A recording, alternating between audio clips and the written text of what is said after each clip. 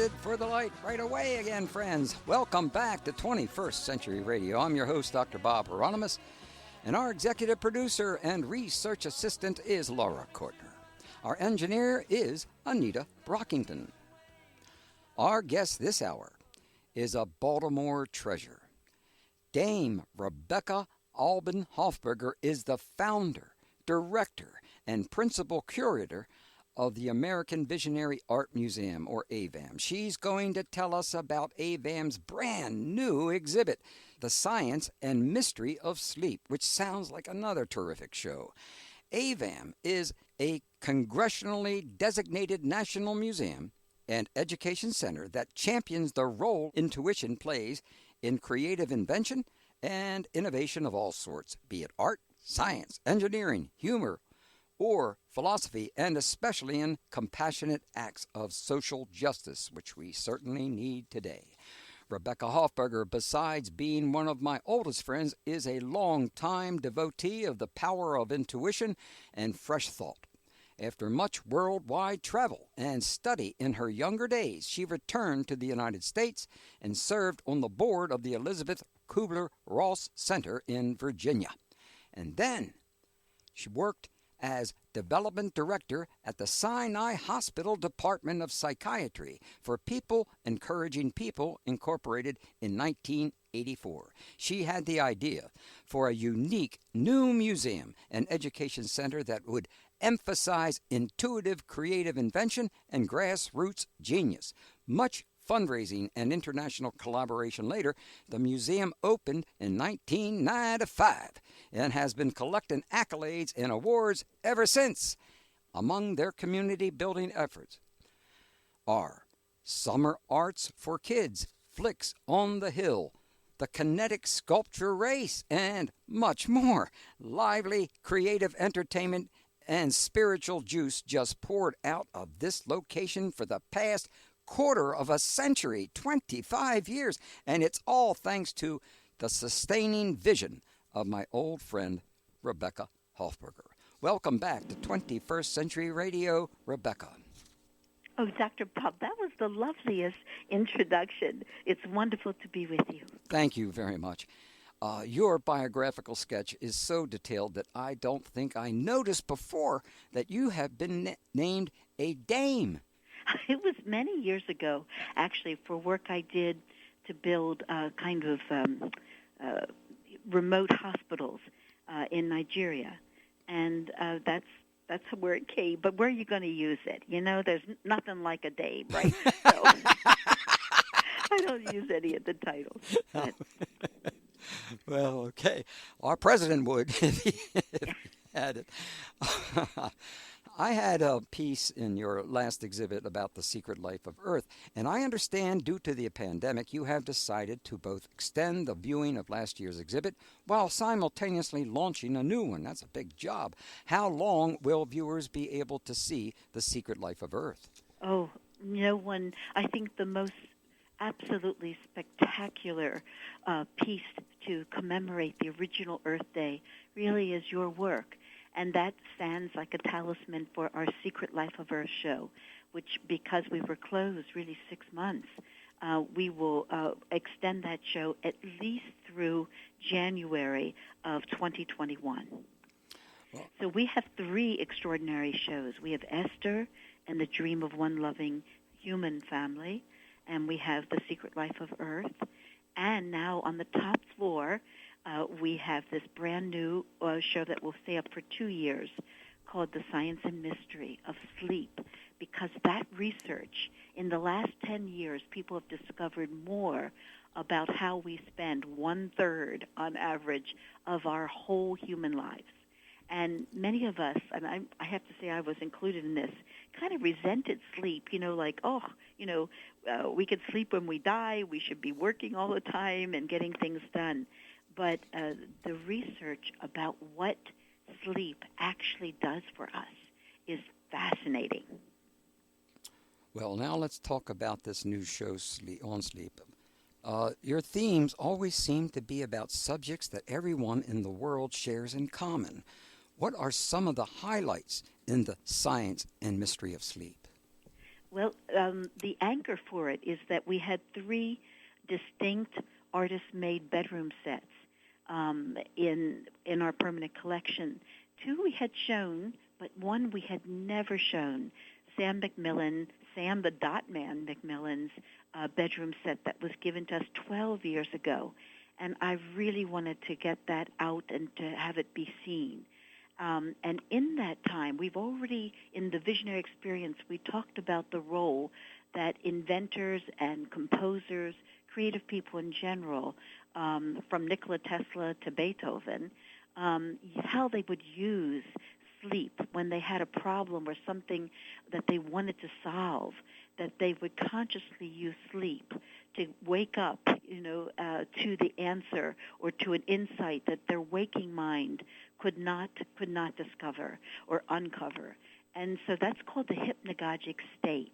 So I really just so admire a local musician named Landis Expandis, who is also an artist, a musician, a composer, who wrote this hilarious song about how COVID, the pandemic, has messed up our sleep schedule. One of the lines is, "I've got my coffee cup next to my wine glass. My sleep schedule's all jacked up," right? But it is disorienting when you don't have the rhythm of getting up, getting dressed, going to work when you're in shutdown. So we took his experience where he gets inspired by sleep states and wakes up with new songs or an idea for a painting. And I was very privileged to go with someone who had been a Baltimore filmmaker but lives West Coast, Arno Vodanos, on our board, and to film the foremost virologist in the world. And we did this right before the pandemic up at Harvard, but his name is Dr. George Church, and he's considered the father of synthetic biology. But he himself is a lifelong, narcoleptic, has never been able to drive. But he said, "I will never give up. My secret kind of superpower is the narcolepsy, because when he focuses on a problem in medicine and in science, research, and he just can't get an answer or an insight, he falls asleep most often involuntarily to wake up with either something very clear or something that later that doesn't come from his conscious mind that gives him an answer." And so there's that aspect. But Dr. Matt Walker has done this really charming TED Talk on sleep. But what they have found is that all sorts of specific things that contribute to our well-being happen during sleep. And men who sleep on average less than 5 hours a night happen to have smaller testicles. So who knew, right? But it's true, that's because our hormones on that clock are regulated by good sleep, whether we're men or whether we're female. It also will if you don't have a good, solid sleep. But the cool thing I learned was the fact that when you are dreaming in REM state, your eyes are fluttering, etc., that is when the body conducts its peak experience of protein synthesis. So there's all sorts of reparative, processes that go on when we sleep. It's not called beauty sleep for nothing, And I think the more that we become friends with our sleep and realize what it can do, and we have all sorts of tips for people who suffer, as Shakespeare did, with insomnia. And I have images by Alex Gray. And there's a beautiful work by Alex called Dying that you can see on the internet. And but above it I have the Talmudic quote, which says, "Sleep is 1/60th of death."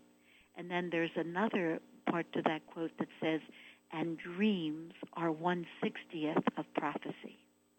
So we ask people, have you ever had a dream that's come true? I bet you have. Oh, sure. Yes, indeed.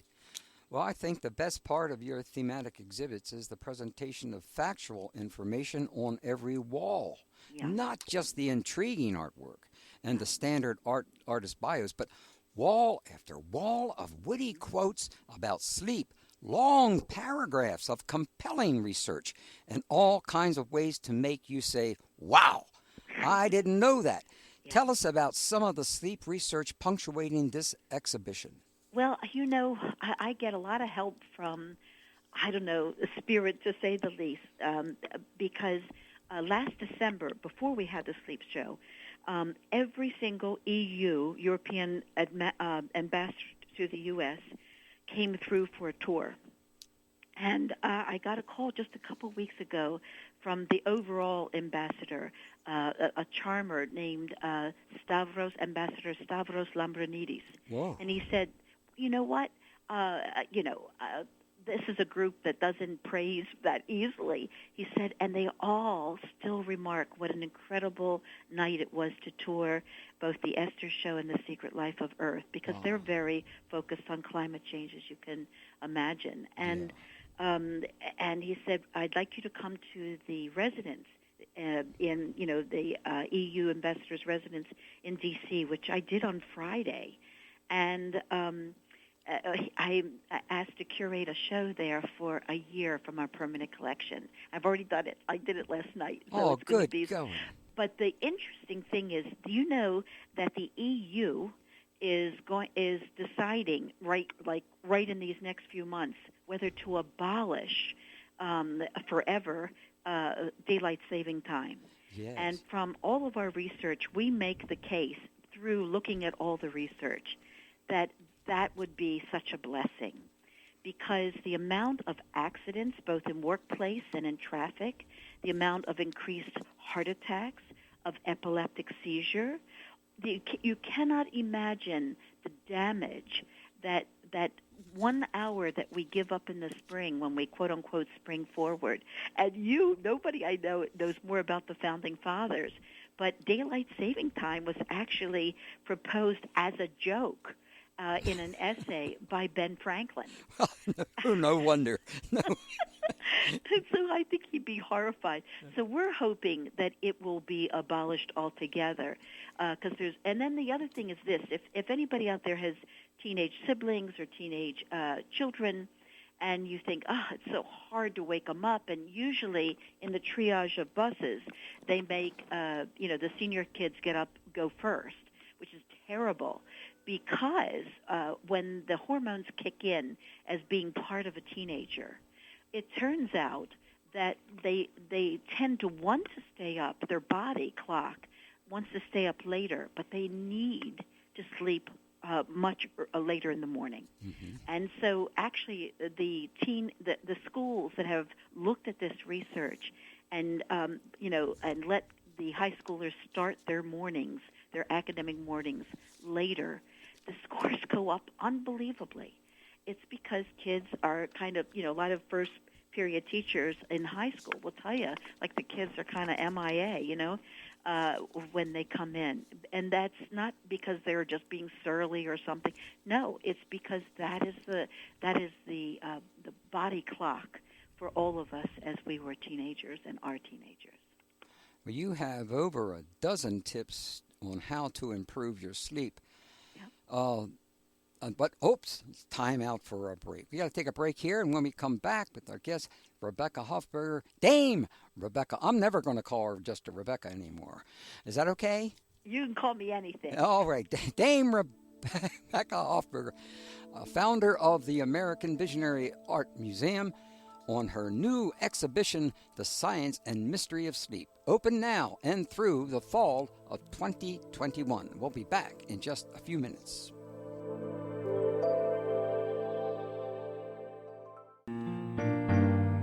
Hello, this is John Aston. I'm an actor, stage, screen, television, and I'm still doing it. However, I spend most of my time teaching theater at Johns Hopkins University. You are listening right now, at this moment of time, to 21st Century Radio with Dr. Bob Hieronimus, the sage of the century, and my friend. I got nothing planned for tomorrow anyway. Sleep schedule. I've been steady working on beats and tracks, and I've been eating up all of the snacks. And if I don't breathe and stop, I'll be up till 7 o'clock. How will I adjust when I get out? That's what getting up in the morning's about. And those shoes are on my feet. It's been a month since I've been to the street. Is it Tuesday, Wednesday, Thursday, or what? 'Cause sleep schedule's all jacked up. My wine glass sitting next to my coffee cup 'cause sleep schedule's all jacked up. I know it's afternoon, but I don't know what day. Sleep schedule's all jacked up. That's Landis Expandus. This is one. Isn't he fabulous? Yes. He's having a really good time, too. Yes. Please, everyone, go to his YouTube station, because there's a great one called Back the Hale, Hale, Up, and he plays all the parts. The two musicians you see behind him is him in costume through the miracle of technology. He's, I think, truly a genius and such a good person. And what fun, too. Geez, what fun. At a time we really need that kind of spirit. Exactly. Well, we really do. Okay, now, oh gosh, where were we? We're talking about I actually came up with, after reading a lot of everything to do with sleep and best hints for getting a good sleep, I came up with 18 different tips. And I think they're going to be on our website. But one of the things you have to understand that sleep medications actually aren't good in the long run. And a lot of people will have nightcaps, and it will put them to sleep, but then they find out that they wake bolting up, and then they can't get back to sleep, 2, 3 o'clock, etc. So there's some very helpful practices for improving your sleep that don't require buying anything. And we laid them out there. But what I wanted to tell you is 20 years ago, we had these the Great Mother Goddess sleepover parties and Summit on the Future. And at one of them, Arianna Huffington came. And it was so great to get back in touch with her, because about 6 years ago, she had a total collapse because she's a workaholic. And she decided to understand sleep, and she did brilliant research and wrote a runaway bestseller called The Sleep Revolution.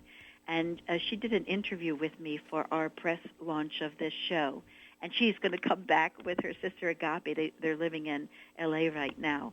But it's such a wonderful book. And for people out there wanting to know more, also that book, The Sleep Revolution, but also the National Sleep Foundation updates the research constantly.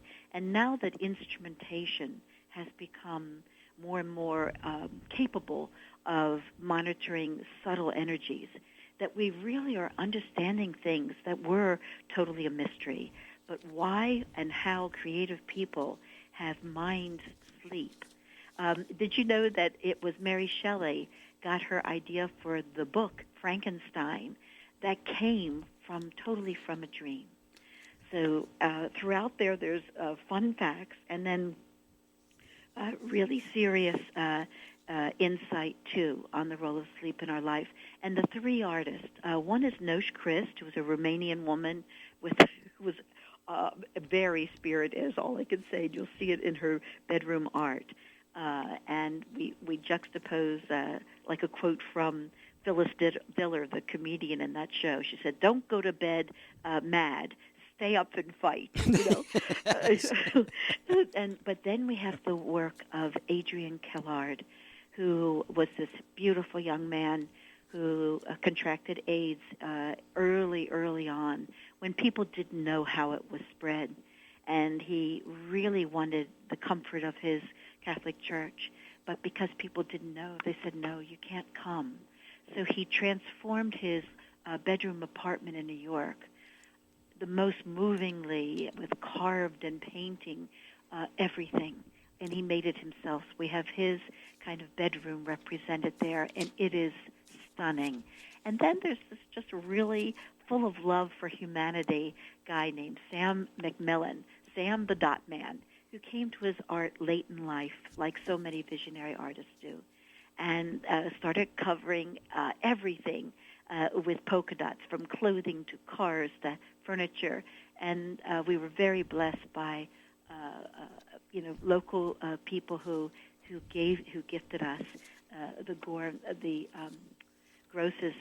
They gave us this work, and they haven't seen it. It's been in our storage for 12 years. Wow. So this show will actually be up for 2 years into fall of 2022. And I think it's going to help a lot of people, Bob, and that's, it's not only a visual feast, it's one of the most gorgeous shows we've ever had. The Dalai Lama, we have in big quote, he said, sleep is the best meditation. But we also want to inform people in ways that they can take something away that hopefully will positively impact their lives. Well, Zahara immediately read a good deal of the material that you sent me, and she got very excited over something such as 65 degrees. Yes. That's ideal. Yeah, that may be ideal for most people, but I get cold at 65 degrees. That's true, but actually, if you have a good down comforter, it keeps you warm. That's for sure. Yeah.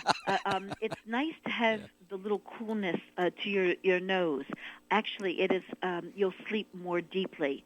I know I lived with my dad who made it to the age of 100 and he was in great shape, but it was like, you could have roasted Pop-Tarts or something in the house. It was, he like many older people like it warm, and he only spent 3 days in hospice, but they have the room at 65 at Gilchrist, and I said, oh, won't he be cold? And they said, no, it actually is a very great comfort to people, and you could see that in the patients. So just try it, and you live in a beautiful fresh air area.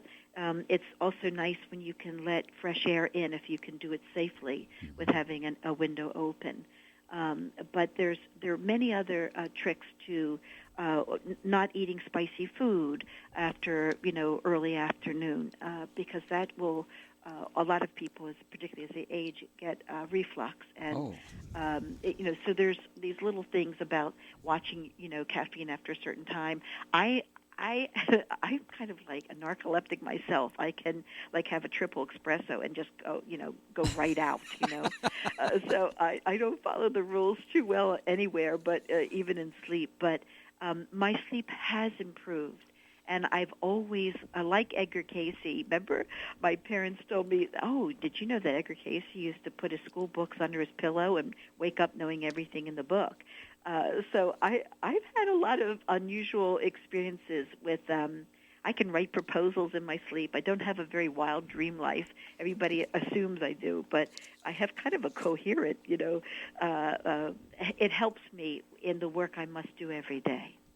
And I like this other idea you had of try counting specific blessings in your life. Yeah. Aiming for one and for every finger and toe works. Great. Uh-huh. Yeah, I think that. I wrote that actually because, I have found that really helpful because, what often keeps all of us awake is when we play the record of all the things that are worrisome to us, and at night, we toss it because we are concerned.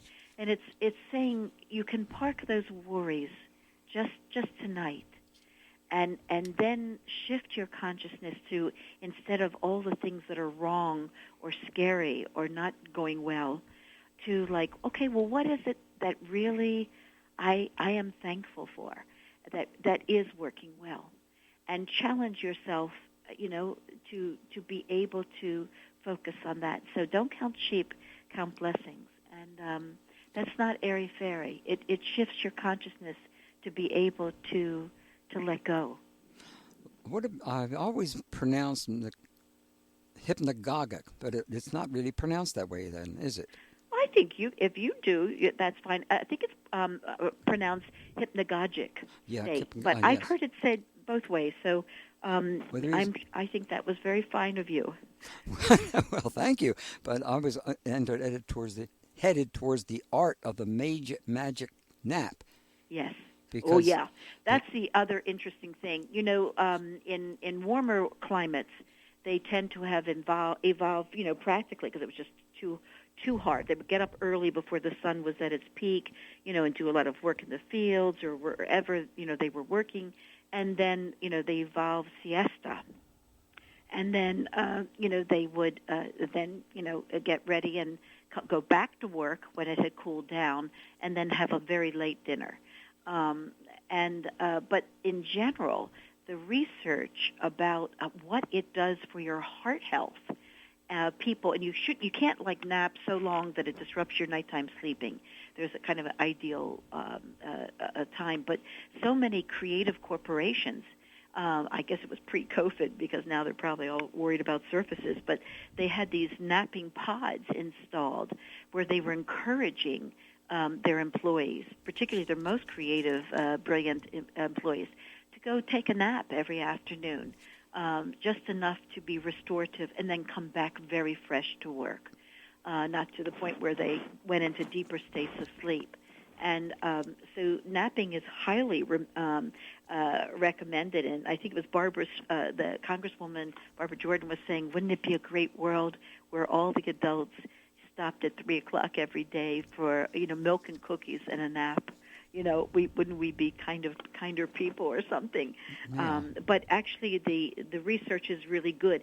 This is something really important, because so many people work multiple jobs now. Yeah. Three part-time jobs just to make ends meet. But the World Health Organization classified night shift work as a probable carcinogen, and that's very alarming. Oh my! Geez. So we think of all the people who have to work, when remember before electric light, which is most of humans' existence, we had that natural rhythm with waking up, with the sun, and going to bed when it was dark, so night shift work has a huge impact, both on longevity, obesity, all sorts of things, diabetic state, as well as does other forms of kind of poor normalized sleep schedule. There was a time in my life when I worked at Lever Brothers, and we worked at night, and it was terrible. It was terrible? Really was. It was terrible because of the glycerin there, and there's all kinds of poisons in regards to the kind of soaps and things of that nature. But it was a hell of a. You should have worked at Dr. Bronner's. You'd be a happy guy. Yeah, perhaps so. But the pay was great. Oh, it was. Yeah, that's the unfortunate thing. Well, I guess it's fortunate, but that was the draw. And so many of the people that I would work with would want to work at night because they got paid more. And when you looked at them, everybody was almost obese. Mm-hmm. Interesting. Almost everybody, well, anyway, so I think I can now understand that a great deal more than I. Yeah, that's fascinating insight, actually. Yeah, and you were young enough to kind of be able to shrug it off, But of those people who work all their lives night shift, and even when we think about doctors, the way we particularly when they're interning, this kind of sleep-deprived state, it's probably not such a great thing. The other thing that came up about this is the idea of cramming and staying up all night, before a test. Oh. And they actually said one of the big benefits of sleep is studying, and then your mind reviews what is important when you go to sleep. And that actually they looked at all these different students when they would cram for something and stay up all night, then go in and take the test, and those who would study for a few hours but then go to sleep. And the greater performers every time were the ones who were the non-crammers. Well, I could never be a crammer. The biggest problems I had with those tests that you get that are surprise tests, and at certain schools they love to do that to you, which would scare the heck out of you. At least me. Yeah. All of a sudden your A is going down to a D very quickly because of that kind of stuff. Aww. Oh man, I learned so much about this.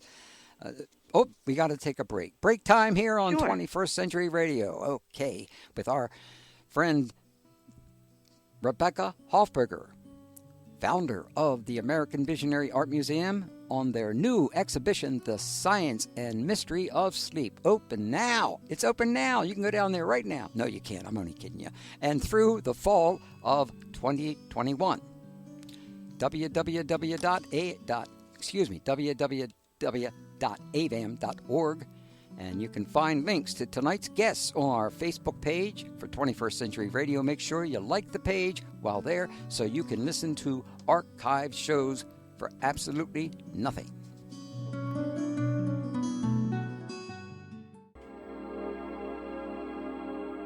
Hello, this is Ellie Flippin, niece of the late psychic, visionary, artist, and extraordinary individual Ingo Swann. You can learn more about his archives, his paintings, and his books at ingoswann.com. You are listening to 21st Century Radio with Dr. Bob Hieronimus. Thank you. Welcome back.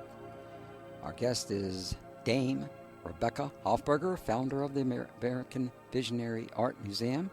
And their new exhibition is what we're talking about, The Science and Mystery of Sleep. We haven't got to some really great stuff yet, friends, especially when we get to, there we go. The yawns. Oh, I can't wait till we get the yawns. Can we get the yawns now? Oh, I have the most moving story. So, do you remember back when I created the show, What Makes Us Smile? And Matt Groening, the creator of The Simpsons, became one of our co-creators, curators, because he had come to the Baltimore when his child was unhappy at a local college, and he was coming every day to the museum without our knowing it. And he saw my All Face Beautiful exhibition, From Atheism to Zoroastrianism, Respect for Diversity of Belief show. And he left a card, and he said, I go to museums all over the world, but I have never stood in a museum and just openly sobbed. And so I called him, and I said, look, I'm working on the premise of what constitutes authentic joy, called What Makes Us Smile, and you've made more people laugh than any human being I've ever talked to. Would you please, co-curate, et cetera. Why did I just tell you all that? I have to figure out this. There's my mind going at my lofty age here. The yawn. Okay. Thank you. I got you. Thank you, Bob. You got my back. Yeah. So I'm listening to National Public Radio, and I hear this brilliant researcher who wrote The Science of Laughter. His name is Dr. Bob or Robert Provine, and he had been on like Letterman and everything because he was the go-to guy who had done the research. And I thought, oh my gosh, how can I get hold of him? Turned out he lived 15 minutes away in Columbia, Maryland, and taught for many years at UMBC. But he was also an expert in the phenomena called human yawn contagion phenomena.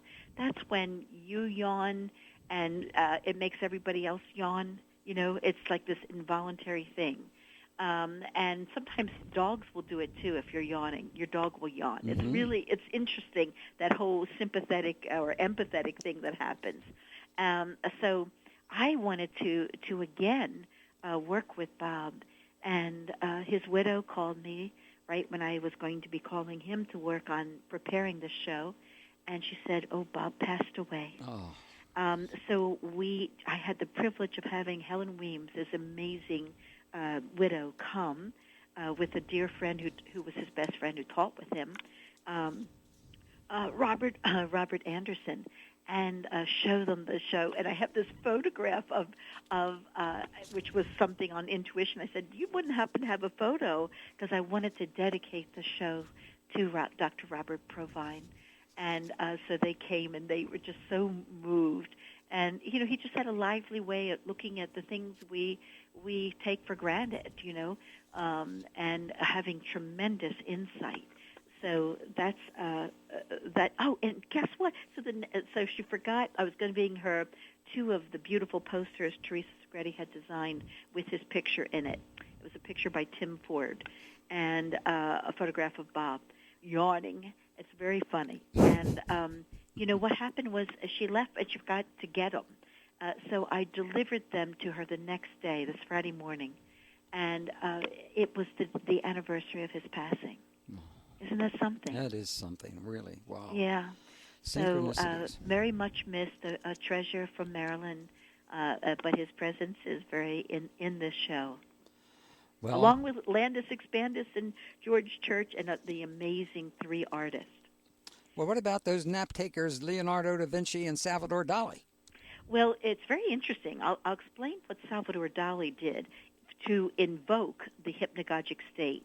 Salvador Dali learned it from Capuchin monks, and he would sit in a chair when he was absolutely like dead tired, exhausted, and he had a china plate on the floor, and he would put in his right hand, metal keys, and he would wait till he just fell to sleep. And at that moment, his hand would release, and the keys would clink onto the plate below. And in that split second between waking and sleeping, Salvador Dali would get the images that he put into his artwork. Isn't that? It's fascinating. That is fascinating. Yeah, he used it in kind of a, I don't know, probably not the most helpful of ways, but he found that worked well for him. There are about 1% to 3% of people that have a genetic just quirk where they don't require almost any sleep. It's just, but it's a very, and they have found the marker for it, but it's just this really tiny sliver of the population. But actually, sleep is so important, again, to all sorts of good things. Ariana was so brilliant when I was interviewing her, and she said that, that's when we get that the brain, cleans out the toxins from that we've had during the day when it's in that state as well. So it's very important to have that healthful renewal. She said the most beautiful Rumi quote, and I'm kind of a Rumi freak and didn't ever hear it. And she said that Rumi had said, "Live life as if it were rigged in your favor." Whoa, never thought Good about one. that. Yeah. Oh, and so I'm going to get you a stocking cap and warm socks so that Zoe can have the temperature proper. You'll be under the quote, and because you lose a lot of heat from your head. So, whatever that old Christmas poem, with with something about a stocking cap or something. Yes. The father wears a stocking cap. I think you might find you sleep actually better. When I have slept out at Judy Wick's cabin, which was cool, really cool, up in the Poconos, the air would, the fresh air from the mountain would come in, and it was cold, but you were snuggled under the warmth. And I tell you, without the blue light, that's the other thing. I tend to be like the hooker in what New Pussycat, where I almost needed sleep. I thought, TV on to sleep, Mm-hmm. And it's terrible. In fact, blue electronic light from the charger, the flashing from the TV, and often, I fall asleep, and watching television, and then I wake up, 6 hours later with, it's still blaring, and flashing on my eyes, and I know it's bad. So I have to figure out a time. I'm not smart enough to figure out like a timer to make sure that it goes off. But that's the other thing. Remember, we are ancient beings, not as ancient as our beautiful Earth. But all of this stuff that we have in our lives, this unnatural way of getting up and unnatural light and electronics, all of that, that wasn't our schedule for thousands of years. So we have to be wise to ourselves. And I think it increases longevity, and I think it increases positive mood. People get cranky when they have inadequate sleep, too. That's for sure, right. Did we cover daylight savings time? Yes, well, that's what is so interesting. Is so when I went to the EU ambassador's house, they're deciding that like now, and he said there are a few holdout countries of the 27 members that don't want to keep daylight savings time. And I can't tell you how many great reasons to get rid of it.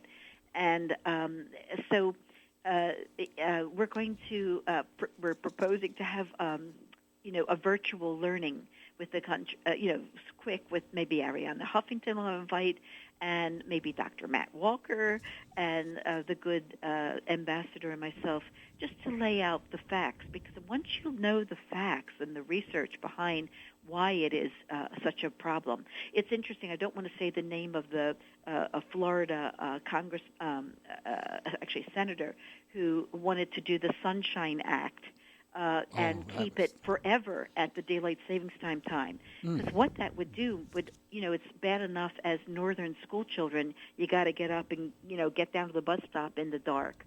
But you would be even an hour more into that, which would be terrible, for the sleep, the sleep of children as you come more north.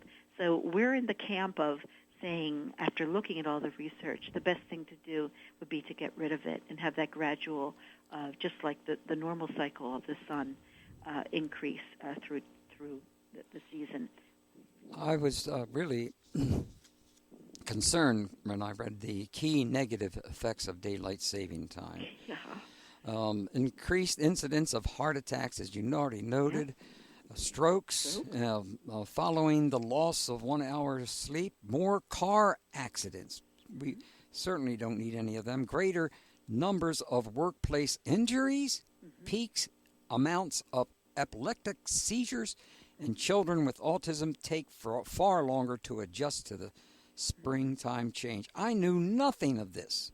It's fascinating, isn't it? It is, and it's just wonderful that we have a teacher like you involved in making sure that we know these things. And this is one of the great things about AVAM, is not just your brilliance and how to put these shows together, but these things are relatively important for our health and longer living. If we want to live longer, some people today don't necessarily want to live longer, so I guess you let that go. Well, you know what the founder of Kinetic Sculpture Race, Hobart Brown, said, adults are obligated to have fun so that children will wish to grow older. So maybe we need to take care of ourselves with better sleep. Although there's a hilarious quote, I can't remember who it's from, but I have it up near a cradle in the show, and it says, anybody who brags, that they sleep like a baby has never had one. It's true, huh? Yeah. So there's a lot of stuff like that, but right in with the scientific fact, Yeah. And then, of course, all the people that you talk about in regards to sleep and changing, etc. Beethoven, Wagner, Aristotle, Ovid, even John Dewey. My gosh, I didn't think I was going to hear from him again. Buckminster Fuller, one of my favoriteest persons in the world, Thomas Edison. They all knew something about power naps, huh?